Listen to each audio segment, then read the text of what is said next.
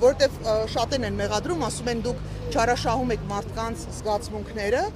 գալիս եք PR-վելու, մենք ուղիղ հակառակը, մեր պարագայում սա PR-վել չի, եթե մարդը 25 տարի զբաղվել է բանակում սպանված զինվորների, խաղաղ պայմաններում սպանված զինվորների համար, այսօր մեր այստեղ գտնվելը շատ տրամաբանական է, ես կարծում եմ, որ անգամ նրանք, ովքեր չեն զբաղվել ինչ-որ ժամանակ, նրանք էլ պիտի այստեղ լինեն, բոլոր քաղաքական ուժերը պիտի այստեղ լինեն, որտեվ այս այդ հարցը չի, որտեղ իմն ու քոնը կա, զինվորի իմ ու քոնը չկա, հարազատներին սատարելու հարցում իմ ու քոնը չկա, այս այն հարցն է, որը եթե մենք այսօր չկարողացանք բարձրաձայնելու այս խնդիրը վերջնական լուծում տալ կամ համախմբվել այս մարդկանց կողքը, մենք բավական լուրջ խնդիր ենք ունենալու։ Կին Կարապետյան, ասացիք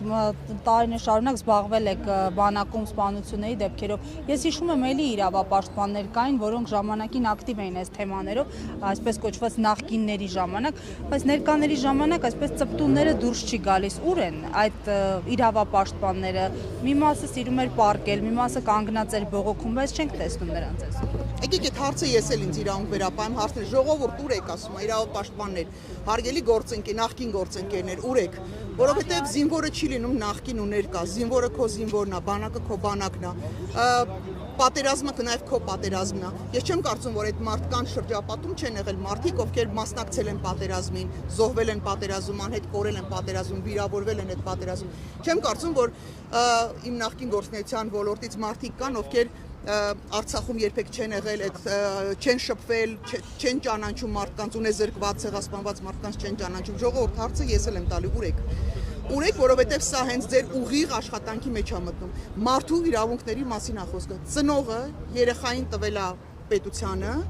ու իրան անգամ տեղյակ չեն պահում, չեն կներեք բառի համար լայախ չեն անում բացատրել, թե ինչ գործունեություններ իրացել, ով է մեղավոր եղել, ում պատասխանության հարցն են բարձրացրել եւ առհասարակ այս խնդիրը ոնց են պատրաստվում լուծել։ Ուղղակի մարդկանց հերթական անգամ ցավում են, բայց այս միակ խումբը չի մարդկանց, ովքեր մոլորության մեջ են եղել, բազմաթիվ այլ խմբեր, նորից հիշեցնեմ, Սևազգեստ մայրերն են եղել, որ մոլորության մեջ են պայել, խաբել են, մի բանի համար, որ այդ մարդիկ փողոցում չլինեն։ Նույնն էլ այս խումբ մարդկանց իրենք ուղղակի չտեսնելու փողոցում չտեսնելու համար իրենք ուղղակի առաջարկեցին լսումներ, ինչի չգիտեին, Անդրանիկ Քոչարյանը 1000 տարվա քաղաքական process-ների մեջ կամ պետական մարմինների հետ աշխատող մարդ է, ինքը չգիտի, որ կա ժամկետներ, շատ լավ գիտի, որ կա ժամկետներ, կամ իրենց եթե պետք լիներ ինչ-որ բան ժամկետ տանց, ժամկետը բաց թողելով քննել, լսել չէին անելու են։ Այդ երբ են սահմանադրություն պաշտպանել, այդ երբ են իրանք սահմանադրության կամ օրենքների մոլի երկրպագու եղել, երբեք։ Այդքան սահմանադրությունը ոտնահարող մարդ, ինչքան թիմ, ինչքան Նիկոլ Փաշինյանի թիմն է, ոչ մեկ չի եղել։